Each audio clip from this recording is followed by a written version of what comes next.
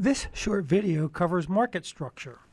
Market structure describes the characteristics of a market. We'll categorize the types of market structure by asking the following questions. Is the product differentiated? Are there close substitutes? How many producers are there?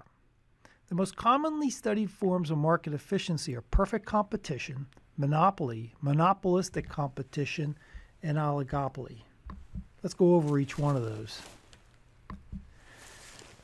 With perfect competition, there are atomistic buyers and atomistic sellers. What that means is each seller is small, each buyer is small, they have no influence on prices, they basically are price takers.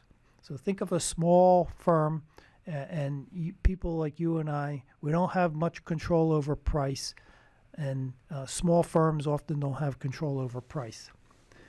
The good is going to be undifferentiated or standardized, and it's often called a commodity. So that's the setup for perfect competition. Those are the assumptions. An example of undifferentiated goods would be, number 2 yellow corn, which is fairly standard. It's a commodity. Red winter wheat, plastic soda bottles sold to various bottlers. So what you have is a product that's indistinguishable from one producer to the next. For example, if you look at number 2 yellow corn looks like number 2 yellow corn regardless of the farmer that produces it. Empirically, there are no perfectly competitive markets. There's often some form of differentiation of the good. There often exist buyers and sellers that are large enough to influence price to some degree. Nevertheless, the predictions of the model for perfect competition are insightful, and the model is considered a benchmark by economists. So it's important to get this one down because it's going to lead to an understanding of the other models. So we'll start off, when we cover market structure, we're going to start off with perfect competition, and then we'll move on to monopoly.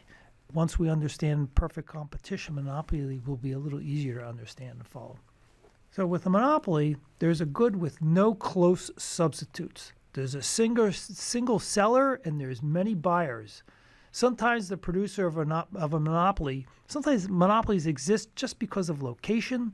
Sometimes there's heavy barriers to entries. Sometimes a firm simply has control over a natural resource. Examples include De Beers Diamond Company. Microsoft's operating system was one time considered to be a monopoly. A utility company could be a monopoly. A single gas station in an isolated town, or the sole doctor in an isolated town, they could be monopolies. Empirically, a purely monopolistic market is hard to find. Nevertheless, the model contrasts nicely with perfect competition. Now, the next market structure is kind of interesting because it blends perfect competition with monopoly. So in order to cover monopolistic competition, we first have to cover perfect competition, then we cover monopolies, and then we deal with monopolistic competition. In monopolistically competitive markets, there is a differentiated good. What I mean by that is it's either that good is differentiated in fact, when there's a real difference in the good, different colors, different shapes, different qualities, or it could be branding. And what I mean by branding, it could be perception, that there's a perception on the part of buyers that there's a difference in the good. And with monopolist competition, there's many buyers and there's many sellers. Now, these producers, the producers in perfect competition, they have some ability to control price as their products have substitutes. So what they're doing is they're trying to niche themselves. Monopolistically competitive firms attempt to niche themselves. And by doing that, they have some control over price.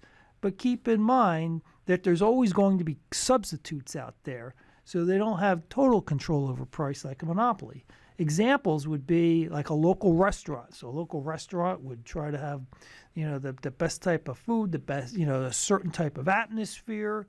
And so that's how it's niching itself. And so it has some degree of price control, but obviously there's lots of other substitutes for eating out than that one particular restaurant. So it doesn't have total control over price. Another example might be a Starbucks coffee shop, a retail bakery, Levi's jeans, even a local bank. Empirically, Monopolistic competition is a much more plausible form of market structure. Now, the last form of market structure here is called an oligopoly. Product differentiation is not that important, and the market is dominated by a few producers. There could be more than a few producers, but the market is heavily dominated by these couple of large producers. And these producers interact strategically with each other. They compete on price, they compete on service, they compete by branding. So the game theory is often applied to describe this market structure. Examples abound. Breakfast cereal companies like Kellogg's, Post, and General Mills. Obviously they don't control the whole market. There's way more cereal makers out there, but these are the few dominant players. The same with soda companies like Pepsi, Coke, auto manufacturers, Ford, GM, Toyota, Honda, etc.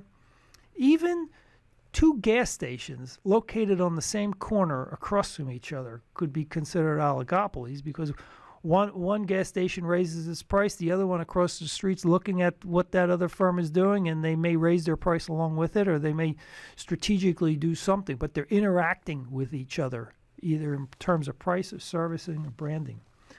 This form of market structure, oligopoly, is observable and empirically relevant.